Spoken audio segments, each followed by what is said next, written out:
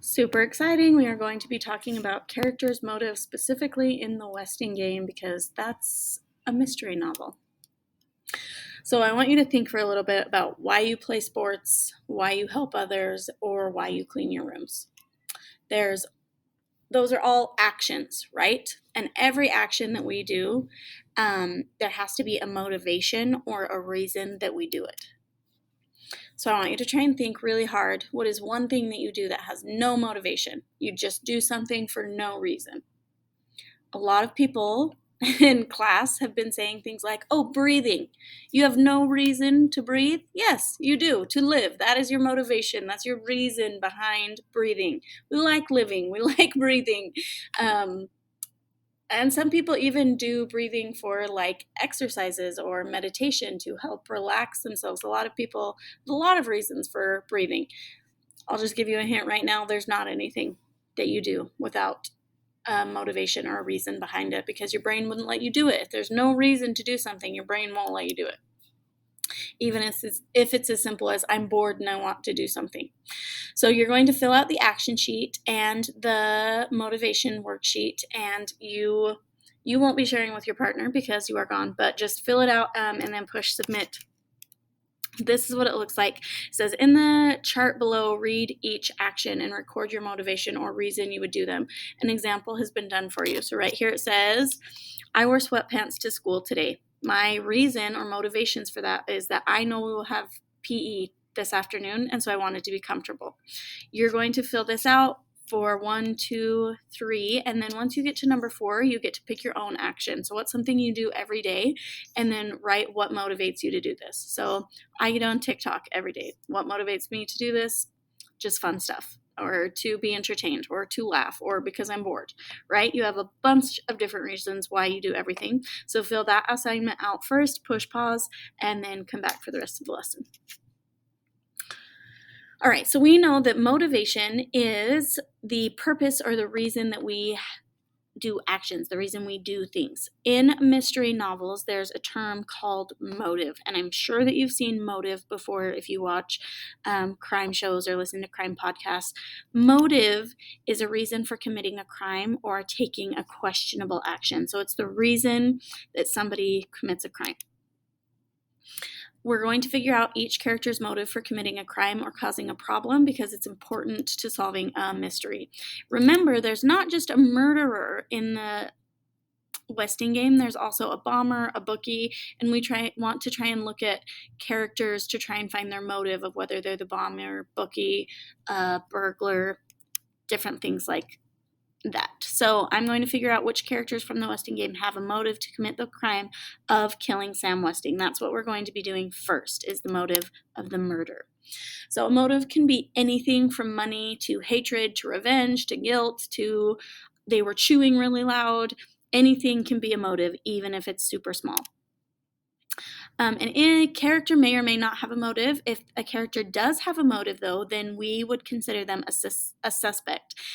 And a suspect is basically just somebody that we think could have committed the crime, who we think did it.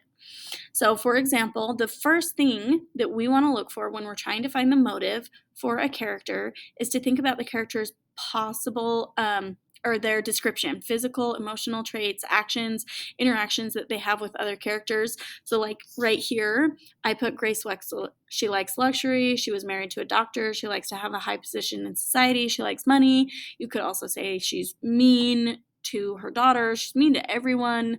And she thinks really highly of herself, right? Next, you will think about her connection to Sam Westing and anything suspicious that she does. So we know that she's lying about being Sam Westing's niece, and we also know she's lying about her name. So those are suspicious things that she's doing, and we also talk about her connection to Sam. Then we have our possible motives. So you're going to use these top 2 boxes to help you try and come up with a possible reason why they would want to murder Sam Westing. So what is their possible motive? I think for Grace Wexler that she wants to inherit Sam Westing's money, and so she's lying about being his niece so she can get all of that money when he dies. So, pop quiz. How can you figure out if a character has a motive in a mystery? These 2 things. what they do, how they look, and then suspicious things or actions that they do will lead you to possible motives. So you are going to do the character descriptions first. So let's look at Otis Amber. We'll do this one together.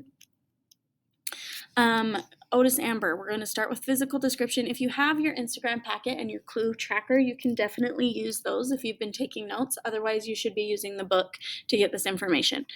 So he is 62 years old. He wears an aviator's hat. What else do we know about him? He rides a bike. He's a delivery boy. That's what we know about Otis Amber. Okay, then suspicious things. We're going to try and look at connection to Sam Westing. Some people in class were saying, oh, maybe he delivered to Sam Westing, and so he was like always around Sam Westing. And so we could put that. We could also say he's always around the Westing Towers for some reason. We don't know why, but he just always seems to be around. Those two things combined, the character description and the connection to Westing, will help us draw a conclusion about who the motive is. Draw a conclusion is a really important phrase that we use, and that just means to create an idea or an inference. So we want you to create a guess or an educated guess based off of the information that you have. So based off of that, I would say that his possible motives are none. I don't really think he has a motive to kill him, so I'm going to write no motive in there. If you do think he has a motive, write what you think that the motive is. So you're going to work on all of these. So we just did Grace and Otis. You're going to do Sandy McSuthers, Theo, Chris, Seidel, Jake, Turtle, and Doug. Make sure you're basing this off of the book or the notes that you've taken from the book. Once you are done, you can push submit on this assignment, and then I want you to also continue filling out your suspicious thoughts and actions from the characters in your Instagram packet and your clue tracker.